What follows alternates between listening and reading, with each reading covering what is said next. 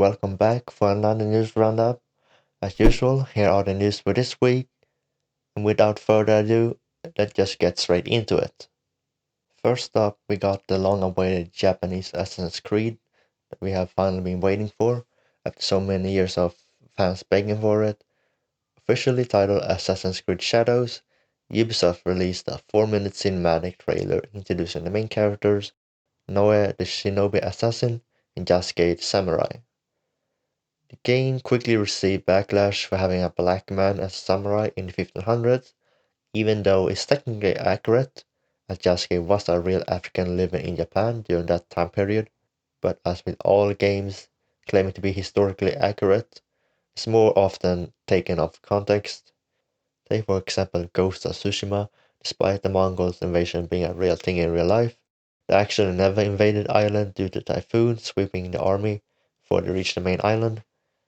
And yeah, it's a video game. Of course, things aren't going to be accurate and wouldn't be as fun if games didn't do their own twist on real life events. And typical Ubisoft fashion, if you want to buy the Ultimate Edition, you'll have to pay an arm and a leg for a season pass, and exclusive pre-order quests, and skins for the main characters. Yeah, I think I'll pass. The game comes out November 15th this year and is coming to Xbox Series X and S, PS5, Amazon Luna, Ubisoft Plus, Macs with Apple Silicon, and Windows PC via the Ubisoft Store and Epic Game Store, with no mention of a Steam version yet. If I had to guess, it would probably come to Steam after a couple of months to a year, since I assume Ubisoft have some kind of publishing deal with Epic. As for the game itself, I can't say I'm excited for it, since I've never played Assassin's Creed, and there's few Ubisoft games out there that I can say I truly enjoy. But for those who are excited for this game, I'm happy for you. Since PlayStation revamped their PlayStation Plus subscription into its current tier system and introduced the Classic Collection, it's safe to say PlayStation hasn't really done the best job at making PlayStation Premium feel like a premium experience, with most of the games being PlayStation 1 and PlayStation Portable games. That's about to change, hopefully, as Star Wars The Clone Wars got listed on PlayStation Store as discovered by PlayStation Deals, which specifically says the PlayStation 2 in the description box, and is coming to PlayStation 4 and PS5 on June 11th of this year, and will come with features such as up-rendering, rewind, quick saves, and custom video filters. But I wouldn't put my hopes into it yet, at least, as we don't know if PlayStation is going to ramp up the output. While PlayStation 2 has a big catalog of video games, most of them belong to third-party publishers, and as with everything, it gets complicated to try to come up with a deal that fits both parties, since third-party publishers would rather keep it to themselves and release their own classic games either as a remaster or a port, selling for full price rather than adding it to PlayStation Plus. Personally, I hope PlayStation releases the PS2 versions of Sly Cooper and Ratchet and Clank, since they're, in my opinion, the superior versions to the PS3 collections, having less bugs and glitches, and contains the bonus content that was removed.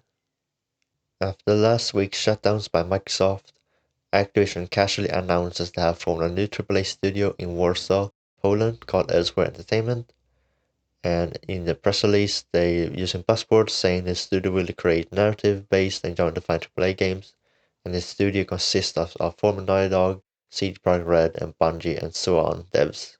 We most likely won't see what their first game is till the next generation of consoles, and I'm hoping for they survive long enough, but knowing how Microsoft are handling things nowadays, game studios aren't exactly safe.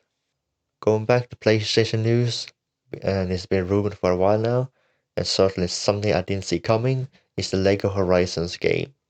Discovered by the Twitter user Cassis and Insider Gaming, Sony is collaborating with LEGO for a LEGO game adaptation of Horizon, and according to insiders, it's described as a Horizon Forbidden West but LEGO, and will apparently have realistic graphics, whatever that means.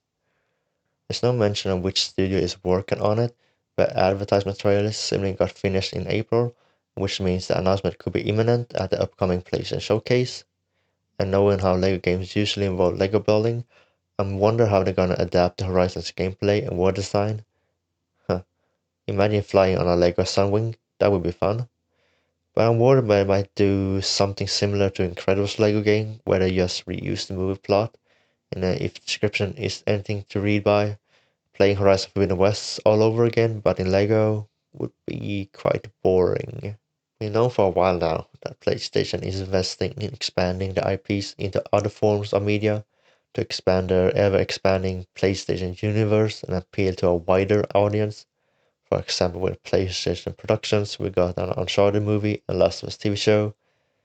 But seeing as we already know Horizon is getting a Netflix adaptation, a rumored multiplayer game, a remake of Horizon Zero Dawn, and the final game in the trilogy, it's kinda off-putting seeing how much PlayStation is spending on one franchise. I mean, I don't mind playing Lego version of Aloy, but sometimes too much of one thing can be bad. And for the last news for today, we have the rumors of the PC version of Red Dead Redemption finally coming after being tied to consoles for the last 14 years, which is kind of strange to say. This comes from Twitter user Test2, who discovered a data mine in Rockstar's launch site file with the following message: journey across the sprawling expanse of American West and Mexico in Red Dead Redemption, and its zombie horror companion Undead Nightmare now playable on PC. I haven't played Red Dead Redemption yet, just because, yeah, as pre mentioned, it's been tied to the 360 and PlayStation 3, and yes, they did release the port of PS4 and PS5 and Switch, but I always knew that I wanted to play the game with the highest possible frame rate. So if these rumors are true, I can't wait to finally play Red Dead Redemption. And I can't imagine all the mods we're going to see, and if it's going to implement the features like DLS and frame generation.